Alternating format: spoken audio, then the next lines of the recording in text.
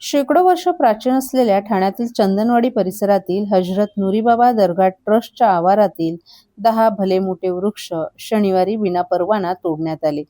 ही अवैध वृक्षतोड निदर्शनास येताच स्थानिक रहिवाशांनी या वृक्ष कत्तलीला विरोध दर्शवला. त्यानंतर या प्रकरणी स्थानिक शिवसेनेचे नगरसेवक राजेश मोरे तसंच शिवसेना भाजपच्या पदाधिकाऱ्यांनी काल सायंकाळी घटनास्थळी भेट देऊन येथील पाहणी केली.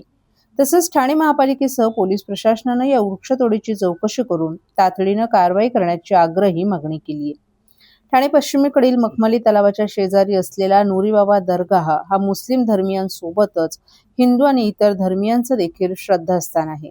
नुरीबाबा यांच्या नावानं प्रसिद्ध असलेल्या या दर्ग्यामध्ये नुरीबाबा यांची समाधी आहे. या दर्ग्या शेजारील मोकळ्या जागेतील 4 अशोकाचे वृक्ष, 2 सुपारीचे झाड, 1 कोकम आणि 2 नारळीची झाडं, 2 आंबा वृक्ष असे एकूण 10 वृक्ष शनिवारी अवैधरित्या बुंधापासून तोडण्यात आल्याचं स्थानिकांच्या निदर्शनास आलं. त्यांनी ही बाब स्थानिक लोकप्रतिनिधींना कळवली. त्यानुसार शिवसेनेचे नगरसेवक राजेश मोरे, भाजपचे प्रदेश शेडगे यांच्यासह शिवसेना भाजपच्या पदाधिकाऱ्यांनी बुधवारी प्रसार माध्यमांसह प्रत्यक्ष पाहणी केली.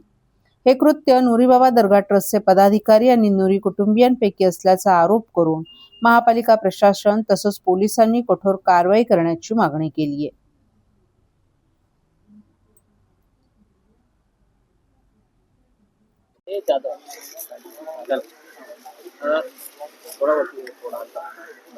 दादा काय सांगाल, या ठिकाणी झाडं तोडण्याचं निदर्शन आलं आणि आपण स्वतः दाखल झालं, काय नेमका प्रकार आहे? होळीच्या दिवशी आपले सगळे बांधव जेव्हा होळीच्या पूर्वतयारीला होते त्या दिवशी या ठिकाणी मोठ्या प्रमाणात झाडं तोडायला सुरुवात केली.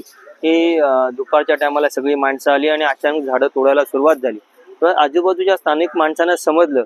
त्यांनी जेव्हा त्याला विरोध करायला सुरुवात केली तेव्हा जेव्हा आतमध्ये आले त्यानंतर ही थांबली. ही खरं तर त्यांचा ही संपूर्ण झाडं जमीनदोस्त करायचा त्यांचा विचार होता आणि त्याच दृष्टीने 10, 15, 20 माणसं मोठ्या प्रमाणात सगळं घेऊन ते आले होते. पण स्थानिकांनी विरोध केल्यामुळे त्यांना ते करता आलं नाही. तरी सुद्धा तेवढ्या ह्याच्यात त्यांनी 10 झाडं तोडली. आज ह्या सगळ्या ह्याच्यामध्ये होळीच्या पवित्र दिवशी आणि ह्या सगळ्या ह्याच्यामध्ये ते सगळे मशगूल असताना त्यांनी अचानक येऊन हे सगळं काम केलं. हे निषेधार्थ आहे. म्हणजे फक्त झाडं तोडणं हा विषय नाही. इथे नुरीबाबा दर्गा गेले अनेक वर्षापासून इथे आहे. ह्यांचा होणारा उरूस मध्ये सगळे स्थानिक माणसं पुढाकार घेऊन असतात आणि एकत्रितरित्या करत असतात. ह्या मागे हे झाडं तोडण्यामागे नेमकं कारण काय होतं की अचानक त्यांना झाडं तोडाविषयी का वाटली?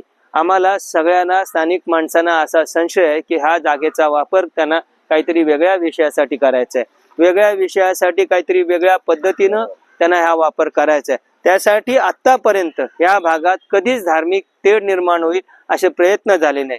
पण हे 3 माणसं अतिक नुरी, शफीक नुरी आणि रफीक नुरी आणि ही त्यांची ही फॅमिली इथे तणावपूर्ण वातावरण कसं निर्माण होईल यासाठी सतत प्रयत्न करत असते कुठल्याही वेळेत.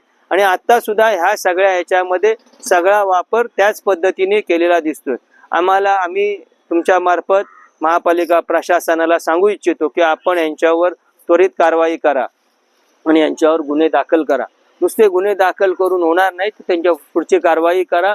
आणि मी पोलीस प्रशासनाला खास इंटिमेट देतो की आपण ह्या तिघांची इन्क्वायरी करा. कारण ह्यामागे नुसतं झाडं तोडणं हा विषय नाही, तर ह्याच्यामागे अजून मोठा विषय पडद्यामागे आहे.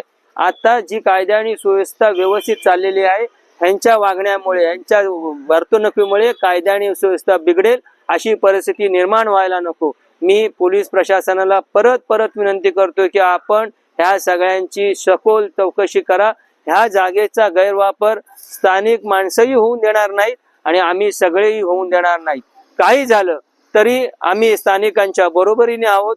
कुठलाही गैरप्रकार, मग झाडं तोडणे असो किंवा अजून कुठलाही असो, आम्ही इथले स्थानिक लोक आणि आम्ही स्वतः पक्ष म्हणून सुद्धा आम्ही सहन करणार नाही. आम्ही स्थानिकांच्या बरोबर आहोत, बरोबर राहणार. वेळ प्रसंगी रस्त्यावर उतरायची वेळ आली तर आम्ही रस्त्यावर उतरणार.